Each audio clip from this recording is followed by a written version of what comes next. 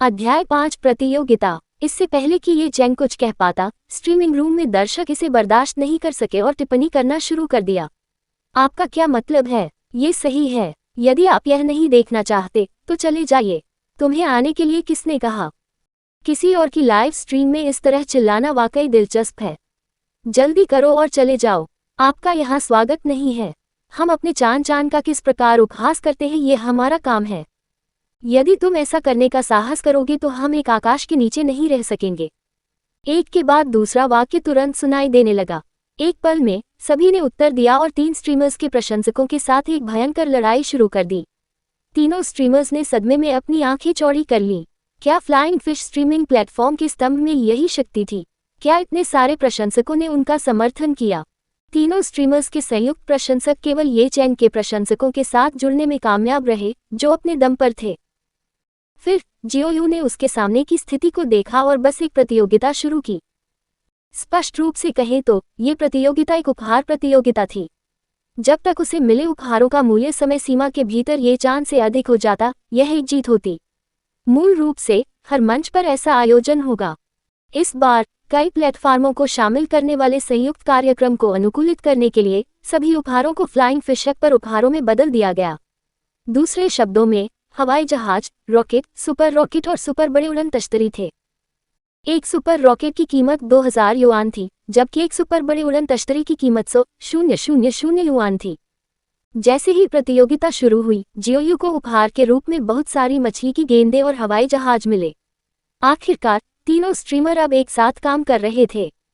उन्होंने यह बात अपने प्रशंसकों को पहले ही बता दी थी, इसलिए अब वे अपने प्रशंसकों को अपनी लड़ाकू शक्ति के रूप में इस्तेमाल कर सकते हैं। हर प्रशंसक ने जियोयू को उपहार भेजे। हालांकि जब उन्होंने ये चैंग की तरफ देखा तो उनकी आंखें चौड़ी हो गईं। वे जो देख रहे थे उस पर उन्हें विश्वास ही नहीं हो रहा था। ये चैंग की ओर से कुछ बड़े शॉट पहले ही सुपर रॉकेट भेजे जा चुके थे। इस समय ये चैंग के प्रशंसक समूह में, अरे भाइयों, कोई हमें भड़का रहा है, आइए उनसे निपटें। मैं बस चान चान का समर्थन करने ही वाला था। सौभाग्य से मैंने पकड़ लिया। आइए उन्हें दिखाएं कि हम किस चीज से बने हैं। जाओ जाओ जाओ। इस समय जियोयू और अन्य लोगों ने अपने सामने का दृश्य देखा और उनके दिल कांप उठे। कुछ ही देर में दूसरे पक्ष को ऐसे उपहार मिल गए जिनकी कुल कीमत 30,000 से 40,000 युआन थी। जियोयू और अन्य लोगों ने चारों ओर देखा और दूसरे खाते से संपर्क किया। ये खाता उस गिल्ड का था जो इन तीनों का समर्थन करता था। यह आयोजन उनका विचार था, लेकिन उन्हें गिल्ड का समर्थन भी प्राप्त था। अन्यथा भले ही उन्हें 10 साहस दिए गए हों, वे ये चांद को भड़काने नहीं आते। तीनों प्लेटफार्मों के संघों ने अपने सामने की स्थिति को देखा। हालांकि वे भी ये चैंग की लोकप्रियता से हैरान थे, लेकिन उन्होंने तुरंत प्रतिक्रिया व्यक्त की। तभी लाइव स्ट्रीम में एक विशाल सुनहरी मछली का गोला दिखाई दिया। थोड़ी देर हिलने के बाद ये तुरंत फट गया। एक पल में लाइव प्रसारण कक्ष में सभी दर्शकों की नज़र इस सुनहरी मछली की गेंद पर पड़ी और वे दंग रह गए। यह क्या था? क्या यह एक बहुत बड़ी उड़न तश्तरी थी? वे इतने लंबे समय से लाइव स्ट्रीम देख रहे थे, लेकिन उन्होंने ये चीज़ पहले कभी नहीं देखी थी। किसी को ये जानना होगा कि इस अति बड़ी उड़न तश्तरी की कीमत कितनी है। इसकी कीमत 1 लाख थी। इसकी कीमत 100,000 युआन थी। ये कुछ ऐसा नहीं था जिसे आम लोग वहन कर सकें। एक बहुत बड़ी उड़न तश्तरी एक वयस्क के वार्षिक वेतन के बराबर थी। ऐसी वस्तु देने का साहस कौन करेगा? इसने पूरी दुनिया में खबरें पैदा कर दी। उपयोगकर्ता गोल्डन आई ने जियोयू की लाइव स्ट्रीम पर एक बहुत बड़ी उड़न तश्तरी भेजी है। हर कोई जल्दी करो और पुरस्कार छीनो। इस बीच ये चैंग के प्रशंसक भी थोड़े चौंक गए।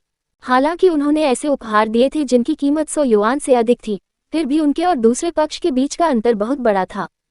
दूसरे पक्ष ने एक बहुत बड़ी उड़न तश्तरी फेंकी थी जिसकी कीमत 100,000 युआन थी।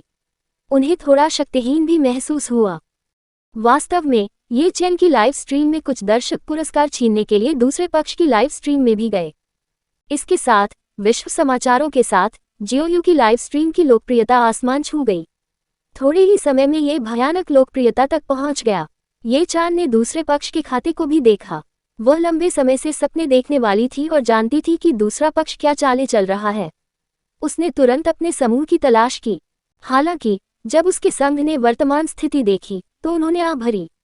चान, हम शायद आपकी मदद नहीं कर पाएंगे।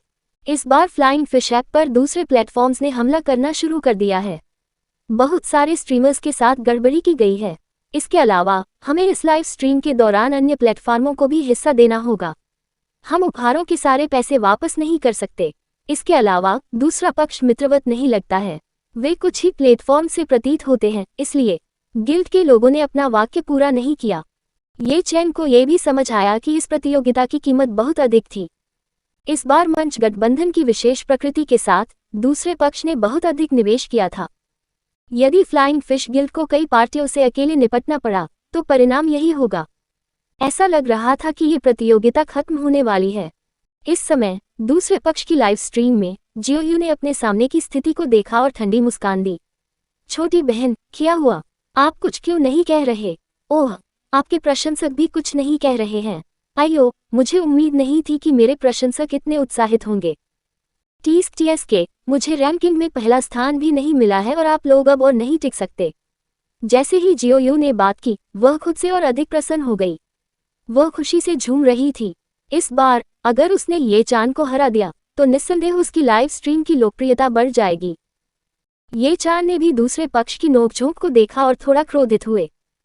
क्या वह ये दिखावा कर रही थी कि उसे इससे कोई फायदा नहीं हुआ? जैसे जियोयू बहुत खुश था और ये चैन के प्रशंसक चुप थे। ये चैन के लाइव स्ट्रीम रूम में एक विशाल सुनहरी मछली का गोला टूटकर नीचे गिर गया। यह जियोयू की आत्मसंतुष्ट आवाज अचानक बंद हो गई। यह ऐसा था जैसे कि एक बत्तख जो कि टर्रा रही हो, उसकी गर्दन किसी ने पकड़ ली हो। वह और अन्य महिला स्ट्रीमर सुनहरी मछली की गेंद को देख रहे थे। ये बहुत चौंकाने वाला था। क्या बकवास है। हमारे चैनल की कहानी देखने के लिए धन्यवाद। अगले वीडियो में मिलते रहने के लिए बने रहें। कभी कभी गायब सामग्री की कहानी, कृपया समय पर त्रुटियों की रिपोर्ट करें। अलविदा।